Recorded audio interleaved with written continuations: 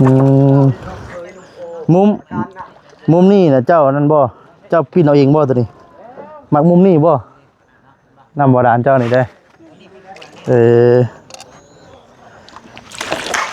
ก็พอหันหน้าหยุ่มแล้วก็บ่ที่พอได้เน้มผู้สาวเนาะบ่ได้กายเท่าไกลทางสิเนาะผู้เนียนเด้อ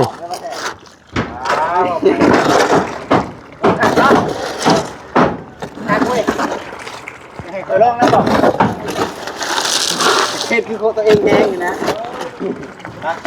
ก็สปิริตนะมาบอกสติโอ้เห็นว่าไหนก่อนตัวก็เวลาลงมาทันก่อนก็โดยแล้ววัน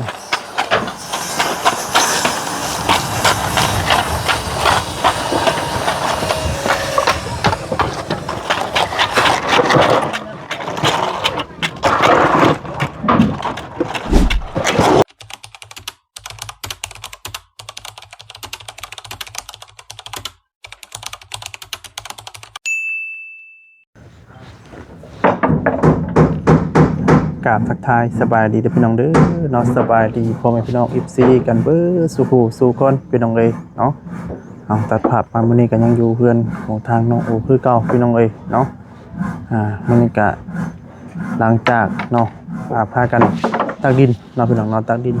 ว่าสิพากันเทกันเปื้อนเนาะเพื่อนน้องโอพี่น้องเอ้ยเนาะก็ยังบ่ทันแล้วพี่น้องเนาะตอนนี้นะน้องเพิ่นกำลังตีแบบอีกอยู่พี่น้องเอ้ยเนาะตอนแรกว่าสิบ่ได้ตีแบบนี่ก็ตีคือเก่าพี่น้องเลยเนาะก็เดินก็ขอบคุณทางบริษัทน้อง FC หรือว่าทางโปรดักต์ผู้ใหญ่ใจดีเบิดทุกท่านทุกคนเนาะที่เข้ามารับชมคลิปในช่องทางบริษัทดีมื้อนี้พี่น้องเอ้ยเนาะขออยู่ดีมีแรงสุขภาพร่างกายแข็งแรงเบิดทุกท่านทุกคนเด้อพี่น้องเด้อเนาะขอบคุณหลายๆที่สนับสนุนเนาะและก็ซัพพอร์ตเนาะโดยการเบิ่งคลิปให้พี่น้องเอ้ยแล้วก็โพสต์ข่าวโฆษณาพี่น้องเอ้ยเนาะทางบริษัทดีก็ดีอกดีใจนํพี่น้องเอ้ยเนาะก็คือบริษัทดีนี่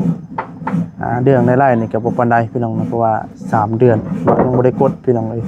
เนาะการไปกันมาก็สิบาแน่เนาะมือไปมือบ่แน่พี่น้องเพราะว่าเงินคำแก้วเนาะมันบ่ได้กดพี่น้องมันหมุนบ่ทันพี่น้องเลยเนาะนี่ก็มา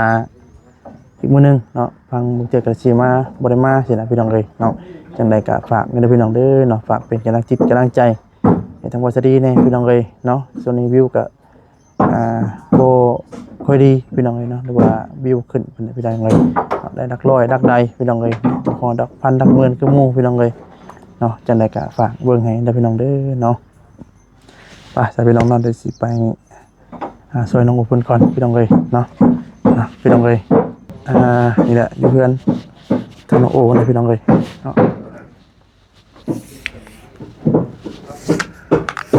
ทั้งสามคนกันเฮ็ดถือว่าก็ที่สำเร็จแล้วพี่น้องเลยตีเบ็ดใหม่เลยถามสร้างเพื่อนได้บ่น้องถามสร้างเพื่อนได้บ่ตีได้บ่แบบตัวนี้นะ ถามได้เพื่อนได้บ่ไม่เพื่อนจะเพื่อนเฮ็ดอีกบ่ฮะไม่ตัวเองบ่เอาซะ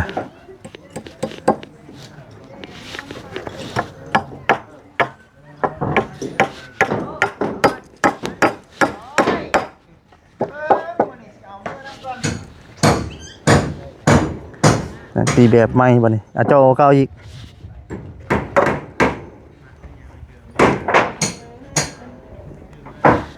บางทีตีกันเปื้อนพี่น้องเลยเอาตอนนั้นนะ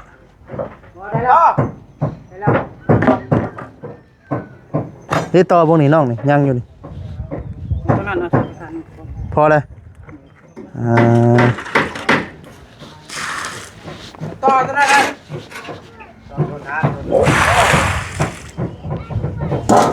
ให้มันได้แบบครับเนาะ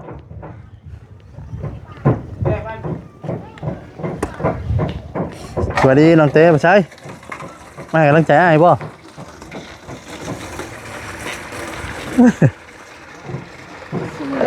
เดี๋ยวเฮ็ดผู้เดียวเนาะให้เอิ้นลงบ่มาเฮ็ดซอยน้องเต้เอิ้นผัวจะมาเฮ็ดซอยฮะไข่แตก เอาเนาะว่าจีให้น้องบอยมาช่วยลุงพี่น้องเลยวัดไข่ซับ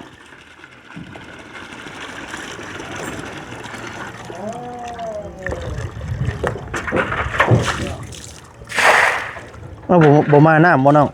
ดินบ่มาน้ำบ่อย่าว่ามันดินบ่อิ่มน้ำเนาะโอ้ก่อยากคือหยังนี่มาน้ำบ่รถ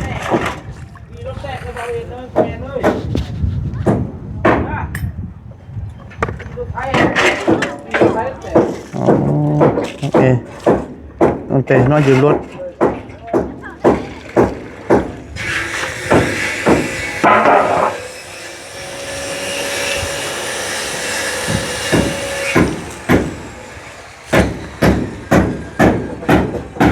แต่เพิ่นบ่มีรถเนาะพี่น้องเนาะบ่มีรถจักรเนาะแต่ว่าเพิ่นได้รถไฟฟ้ารถจักรก็ยังดีพี่น้องเลยนั่นแหละเป็นอีกสะดวกสบายแน่พี่น้องเลยเนาะคือทั้งน้องเพิ่นก็ได้ยืมรถทางทีมงานเนาะไปซื้อของมาพี่น้องเลย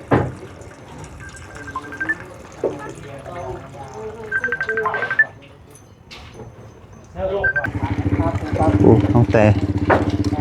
ไม่ใช่โอ้โดยหาปลาเดินทางปลอดภัยเด้อ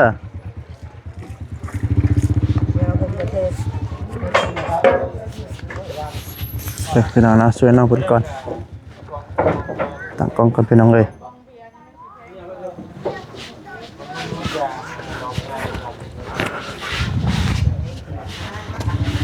ก็ได้ยมโมจักเทื่อพี่น้องเบิ่งยมมาก่อนนำบาดาลน้องโอนี่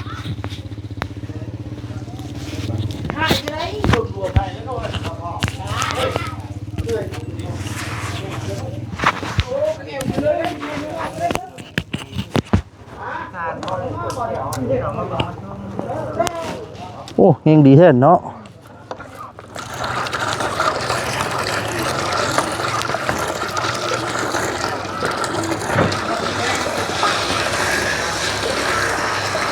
เอาไปใส่น้องโอมาน้ำไว้เอาหมกจกแล้วถมทั้งนอกน้องโอเนี่ยดินตัวนี้ได้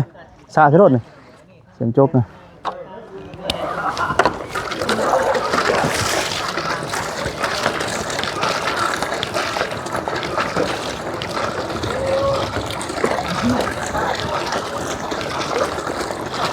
โอ้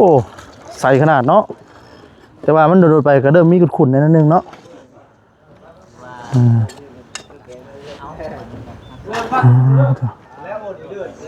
ถมนอกเอาน้องเลยฮะจะบอกชลีให้เล่นนี่ป้าได้นี่ค่อยป้ากันเดี๋ยวสิพ่อลงเรือลำเดียวกันแล้วบ่โดดลงกลางหนองบ่ได้เนาะ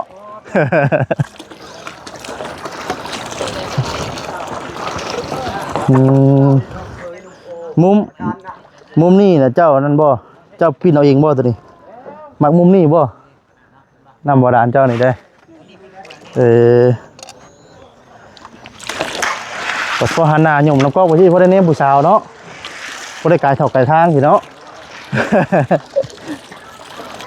โอ้เฮงหลายพี่น้องเลย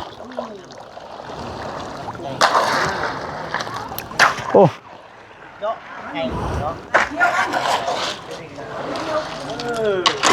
ทั้งเฮือนเพิ่นก็สร้างกันต้องเฮ็ดพี่น้องเอ้ยคือว่าเขาพามื้อนี้แล้วเลยพี่น้องมื้อนี้เนาะ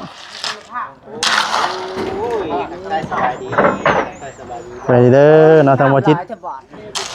น้ำลายแห่งดีเนาะแม่นโอ้ตัวนี้เป็นของบ่ให้ทามได้เสียพ่อเด้เอาเป็นทางเด้จะไปถามมาซะดิบ่เป็นต้องถามเลยผู้ต้องถาม บ่สดีนี่ฮะสวัสดีเด้อมันอยู่น้ำก๊อกเลยน้ำก๊อกทักทายสบายดีแห้งดีขนาดว่ะสบายดีมันคนเงินเจ้าลำรวยเด้อเจ้าลำจะด้วยบ่เนาะคักเด้เลยน้ำลายเท่านี้เลยกูทำบ่จิตเบอร์เองบัดนี้โอ้น้ำลายแท้สบายดีจะได้เทเลยบ่เอาส่วนตักเอาบ่ไทยแผนกหยุ่มน้ำได้ค่อยหยุ่มน้ำได้ค่อยนะ เอาเลย ไปเฮ็ดได้ ฮะหากระจับมือเดียวนี่มันบ่ได้เพหรอวะบ่พิษอีกว่าคนน่ะออกได้ช่ะออกได้นี่บ่จับได้นี่เออ พี่น้องเอ้ย10สร้างบ่โทษเอ้ย10ลูกเอ้ย เด้อเขาก็ยอคือกันแม่เนาะน้ำคักเด้น้ำบ่คักเด้ เอาบ่แม่น บ่ กันน้ำจุดตัวเจี๊ยบไปนี่แหละพี่น้องเอ้ยเนาะคันว่าเจี๊ยบปูเจี๊ยบปลาก็เห็นเงานะพี่น้อง เออปานนั้นบ่จินน่ะ คันเจี๊ยบปลาก็ใส่น้ำลายแท้น้องโอ้จันแต่บ่อิ่มอ่ะนะ โอ้มันหลายคนเนาะ เออบ่บ่ข่อยว่าอันนี้นะบ่ใส่น้ำก็ปกติแม่นบ่เออ มันองค์เราอยู่เทิงบ่ จ้ะสิบ่เว้าสิบ่เถียงแล้วผู้เพิ่นเคยผ่านประสบการณ์คือบ่แสนพี่น้องเอ้ยเนาะ เนาะ แต่บ่เถียงเนาะ กรรมกรเบียงหามบ่ ว่าเมื่อยแน่ก็อดเอาเนาะพี่น้องเนาะแลดแน่ก็ทนเนาะ แม่นนักเบาเอาสู้เนาะ เอาสู้จัก2-3นาทีให้น้องโอ้สู้ผู้เดียว โดย บ่ยอกตัวนี้ได้สู้กันว่าจะสู้ที่น้องโอ้ดิแลดเป็นสิพบกันเลยเนาะ ตอนเว่าคือว่าดีอยู่นะว่าฉันเนาะบ่ได้วันนี้ป้ากันว่าฉัน จะได้เฮ้ยคือปั้นข้างหน้าอยู่บ่ล่ะบ่คือเนาะ เออไอ้หน้าคนหัวเนาะ น้ำหมอกคักอยู่เลยเนาะ เห็นแห้งเลยบ่จิไป โอ้เอาสิยืนเป็นน้องเพิ่นบ่ เช่นฮะเอาจับบักจกชวนนี่เด้อมัน มาเถิดไปจับคู่กันบัดเลย นี่น่ะมันนั่นนี่น่ะมันแข็งนี่ มา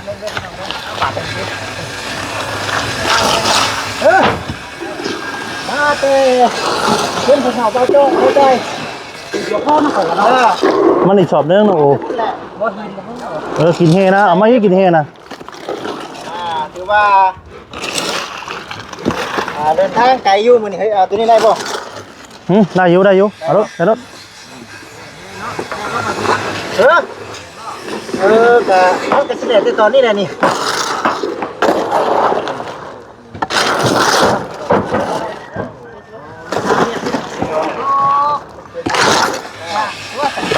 บ่เห็นแล้วเป็นข้างไหน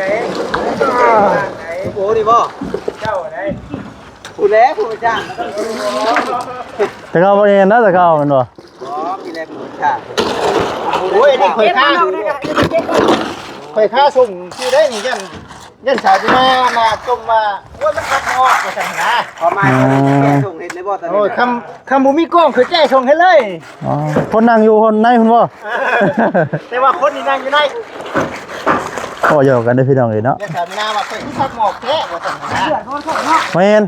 จับคู่อีแม่เจ้าคู่มี2อันผู้ใด นี่เราเคยเห็นเองคนเดียวได้แล้วเว้ย นั่นน่ะ โอ้ยอะไรเนี่ย โอ้ยเราประชดชื่อได้ล่ะงั้นหน้าเด็กก็ได้ดิ เจ้าหมู่ว่าแย่งงานนะ บ่แม่นว่าแย่งช่วยกัน ช่วยกันเนาะ แม่นสามัคคีเด้ เฮ้ยเพิ่นว่าจะมาล้น สามัคคีกันไว้คือข้าวเหนียวหนึงไหมเพิ่นว่าอย่าได้เพศแต่งน้ำคือจังน้ำคือข้าวเหนียวว่าซั่นน่ะนะ หลายคนไม่ดีได้ หลายพี่เด้อ หลายทีแก้มไก่เพิ่น อ่า ถ้าไปเฮ็ดปลูกม่วงเล็ก แต่ก็คู่งี้ฮะว่าแอน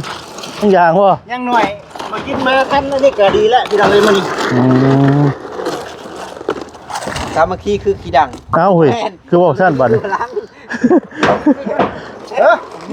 ข่อยว่าเอาหินใส่ดีกว่าข่อยว่ามันคืออย่างเนาะแล้วจะลกตก บ่เทนี่ก็นี่ก็ได้นี่น่าจะกวดดินใช่ พี่น้องเอ้ย ดูว่าเทรอบเดียวยุดช้ำ เอาอยู่ จังว่าอยากให้มาเฮ็ดช่วยดีที่บ่ ซอยดิ บ่แม่นว่าบ่อยากให้ซอยดินเฮมันน้อยว่าอย่างเลยมันเละมันมีน้ำพอดนะแม่นเนี่ยมีแต่น้ำมันร่วงอยู่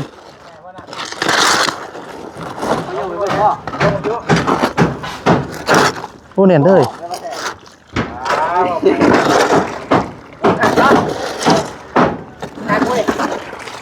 ให้ข่อยลองแล้วบ่ เทปคือตัวเองแดงอยู่นะ ก็สปิริตนะบ่แต่สดีโอ้เอาหินมาใส่ก่อนดูก็แต่ว่าลงมาทันกัน ก็อีกโดย ถ้าเฮ็ดบ่ทันก็จะเฮ็ดก็บ่เป็นหยังบ่ต้องหาก็ได้เด้อ โดย คุณโยกเกมดีนะ อ่าจะได้จอยบ่จะได้จอยบ่ว่าดอก ต้องผมก็ยืนเบิ่งเนาะ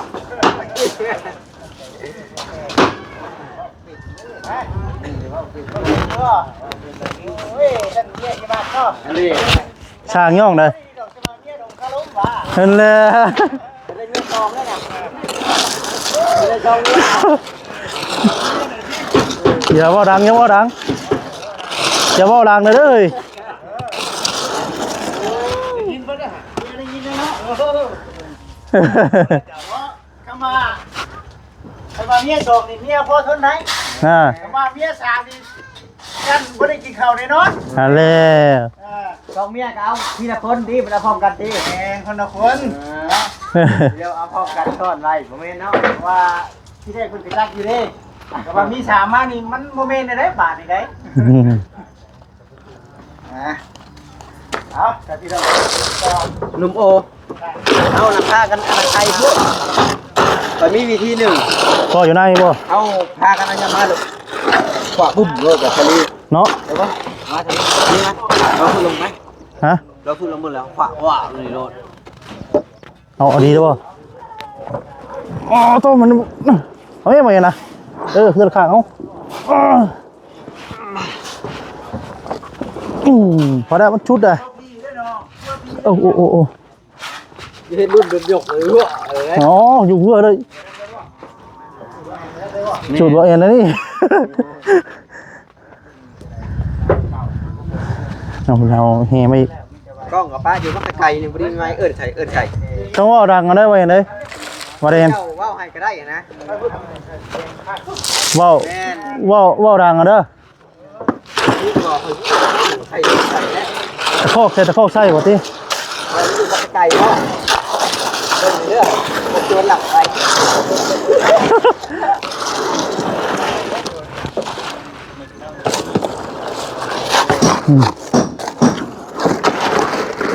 มีว่าขับได้บ่ไม่ได้บ่มาถือ ผู้นักได้บ่อย่างนี้นักได้เหรอ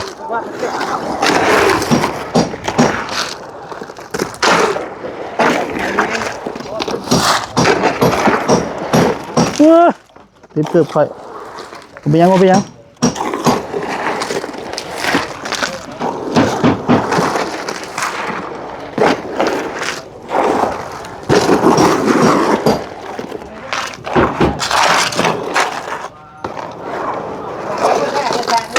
กินนี่ก็พอถูกนะ ทำไมยิ่งหินนะน้อง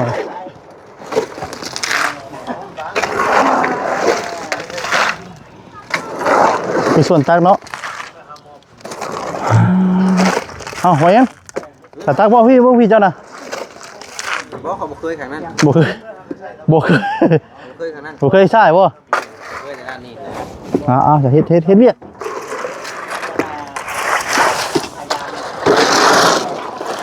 ใส่ขวดให้เอาแล้วก็เอาได้เลย เรียกกันด้วยบ่เอ็นก็บ่สลีบ่ จะเป็นมือใหม่เด้อมันนี่งู งูเบิดบ่เอาไปยังดอก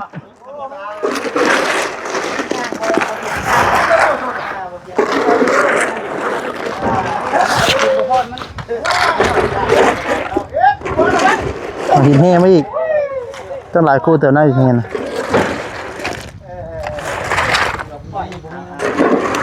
จับอีก หลายคู่เติบนะ ปัดมายังไงตาไปแล้วนี่เนี่ยก่อนมือวิ่งแล้วปัดมาถูกโอ้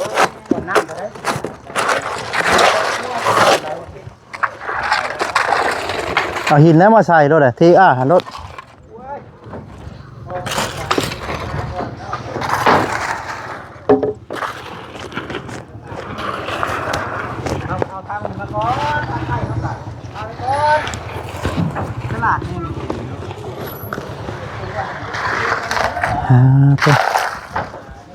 บัดเด็กกระเทถางแล้วรู้บ่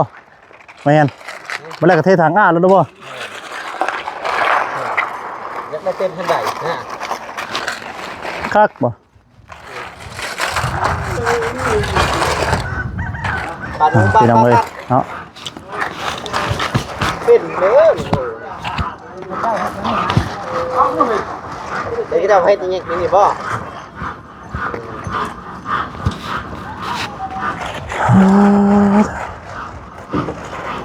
ถือว่าได้อีกระดับหนึ่งเนาะยังเหลือแต่มุมนี้บนกับมุมนั้น ตัวนั้นมันจะพุ่งพวดประเทศบินเนาะ แม่น มาแล้วเกี่ยงพ่นพลาดได้ พอให้มันนะให้มันซัดลงอีกนิดนึงพอได้หมองน้ำไหลเด้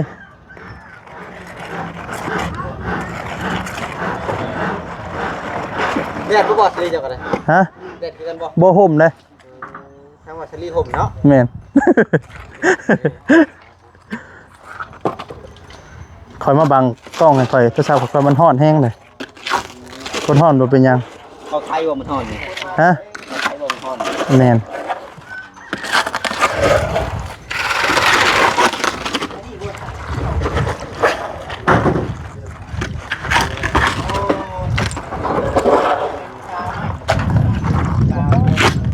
ทำไว้ยืนแห่นะยืนแห่หลายคู่เติบนะกวดนี่เด้อใส่น้องเลยกวดนี่เด้อใส่รถเลย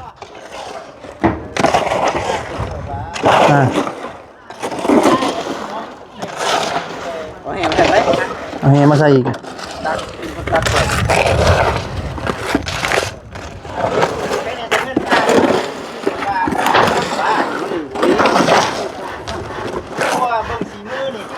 เมื่อนั้นได้ทันได้มีอยู่บ่มีอยู่บ่แห่ได้เบิ่งน่ะจะตักใส่แล้วบ่ แล้วมันเป็นเรื่องของมันเพิ่มไปเลยค่ะได้ พี่น้องเลยโอ้ คนจะสู้หรือว่าหยอกเป็นเนาะคนจะสู้หรือว่าหยอกเป็นเด้อ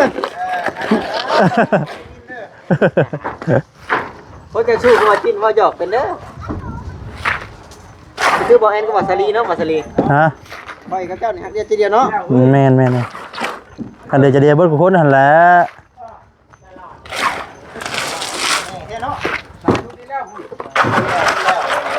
ออกไม่ได้อะไม่ได้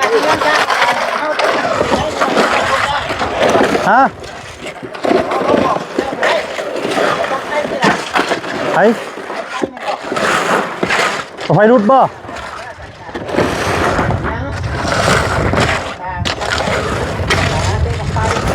เก่งแท้งัวตัวนี้ กระดึกกระดีเนาะ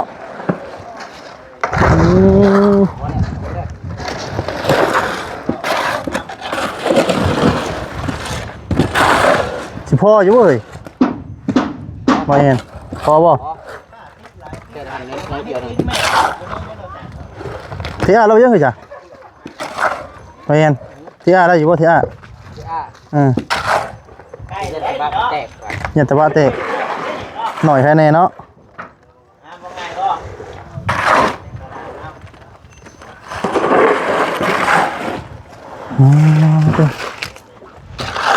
โอ้โห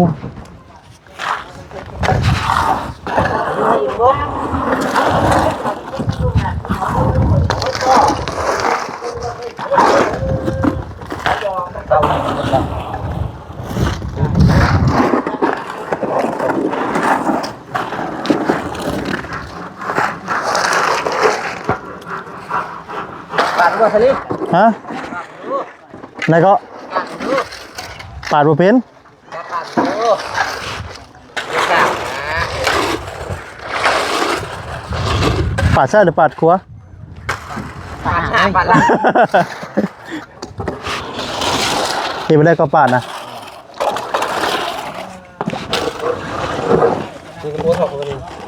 โอ้เป็นอันนี้บอกสลีบอกสลี ฮะ โอ้ชื่อเลย ที่เว้ย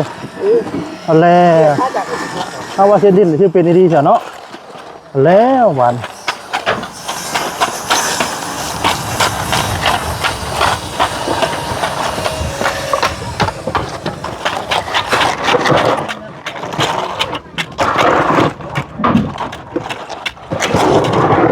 เอาลงมายัง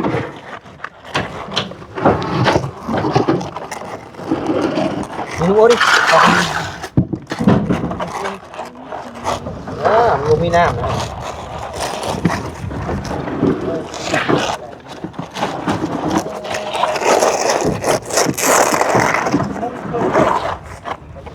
นี่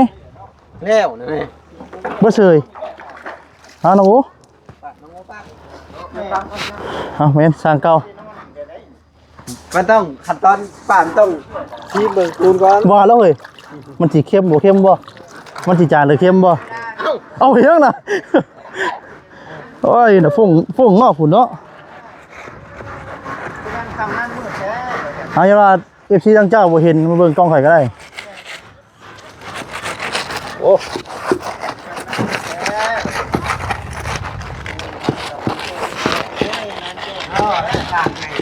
แม่นให้สร้างเองเพิ่นเฮ็ดเบิ่น นะเดี๋ยวเป็นชาเดี๋ยวจะก็มือจุดดอก พระเอกนะมาสิมาตอนจบดอกพระเอกนะ เฮ้ยตอนมาตอนโจรตายได้เนาะ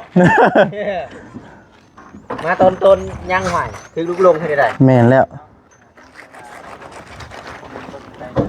พอแล้ว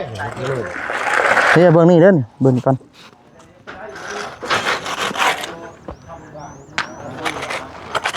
คือรถ ที่มุมนั้นเนาะบ่ได้ใส่แบบเนาะ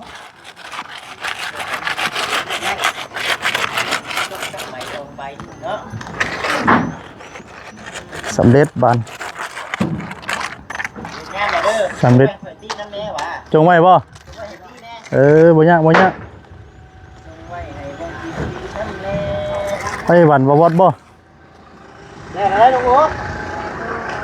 เด็กแห้งเลยลุงเซยครับแม่นี่มันบ่อยากมีอันไหน นี่ปวดเทิงลงมาบ่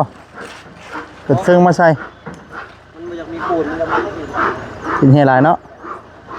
พี่น้องเอ้ยก็คือสิประมาณนี้พี่น้องเนาะก็ถือว่าสำเร็จไปด้วยดีพี่น้าตักตัวนี้แล้วใส่นิดนึงนี่น้องโอ้ดินปูนนะพี่น้องเลยเนาะไปทำลาไปก่อนนะพี่น้องเด้อเนาะที่พาจังไดก็ขอโทษขออภัยนำเนาะน้ำลาพาจากไปก่อนแล้วเนาะสวัสดีลาไปก่อนเนาะสบายดีพี่น้องเนาะสบายดี